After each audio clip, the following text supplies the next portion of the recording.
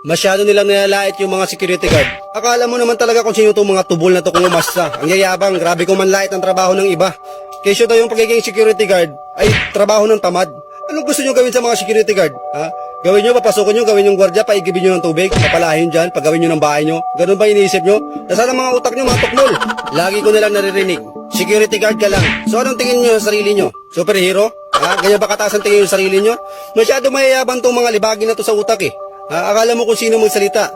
Kesyo daw yung pagiging security guard ay isang mababang uri ng trabaho. Dahil taga-bukas, taga-sara lang ng pinto pag pumapasok sila, lalo na yung mga mata pobre. Hindi nyo kasi na-appreciate yung trabaho ng mga security guard. Ang yayabang kasi ng tingin yung sarili nyo, masyado kayong mataas. Ha? Hindi nyo na-appreciate yung mga security guard, napakadelikadong trabaho niyan. Ha?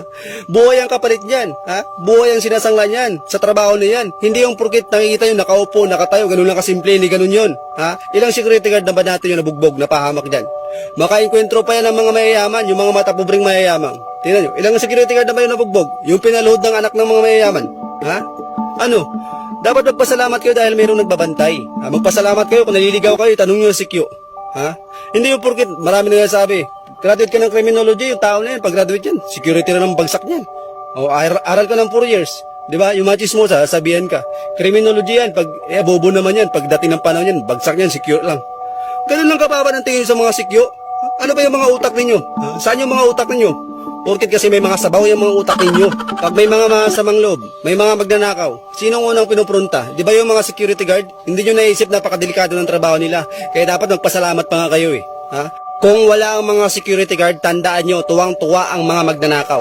Baka yung mga nilalait sa mga security guard na to, baka makawatan to. Ha? Baka isa kayo sa mga kawatan, kaya nilalait yung mga security guard. Ha? Yung mga utak nyo kasi mga ganyan, ha? Pinasok ng hamog. Yan kasi nakapala nyo, kakagalan nyo sa gabi, yan hinabog yung utak nyo, pati mga security guard, dinadamay ninyo. Ako marami akong kaibigan na security guard. Kailanman ay hindi ko nakikitaan na may mali ang pagiging security guard. Marangkal na trabaho yan. Bakit hindi nyo pansinin yung mga chismosa dyan na si gwardiya sa buhay ninyo? Bakit hindi yan yung pag-initan nyo? Bakit yung mga security guard yung nilalait ninyo? Baka yung mga nagsasabi to, mga tambay to eh. Mga palamunin pa sa bahay itong mga to eh. Purkit mga red skid, ganyan magsalita. Ganyan ko mas eh. Lalo na kung security guard ka, na-appreciate ko talaga yan. Pag nandun ako sa bangko, yung mga alam mo sinong mayayaman, talagang pag tumingin sa security guard, taas baba, kala mo kakainin talaga. Ganun ba kababa? Ganun ba kataas ang tingin yung sarili nyo? Ano kayo? Tandaan nyo kung saan kayo pupunta. Walang tatagal dito sa mundo, tandaan nyo ha. Saan kayo babagsak? Nasa lupa rin kayo. Oo, din kayo. Huwag kayong umasa na kala nyo kung sino. Ako nagpapasalamat ako sa mga security guard. Napaka-approachable nila. Kahit na hindi ka kilala, ngingitian ka.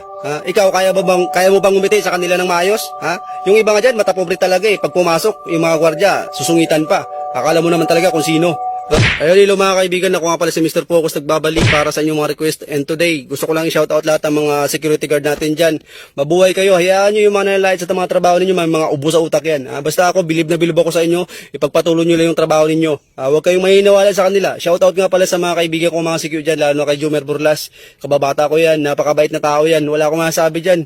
At hindi ko man lang nila lahat yung mga security na to dahil napakarangal na trabaho yan. Dapat laitin nyo yung mga kurakot dyan. Yun, shoutout sa inyo, sa lahat ng mga security dyan. Mag-iingat kayo palagi. Focus lang tayo sa goal natin, focus tayo sa buhay natin. God bless sa inyo lahat.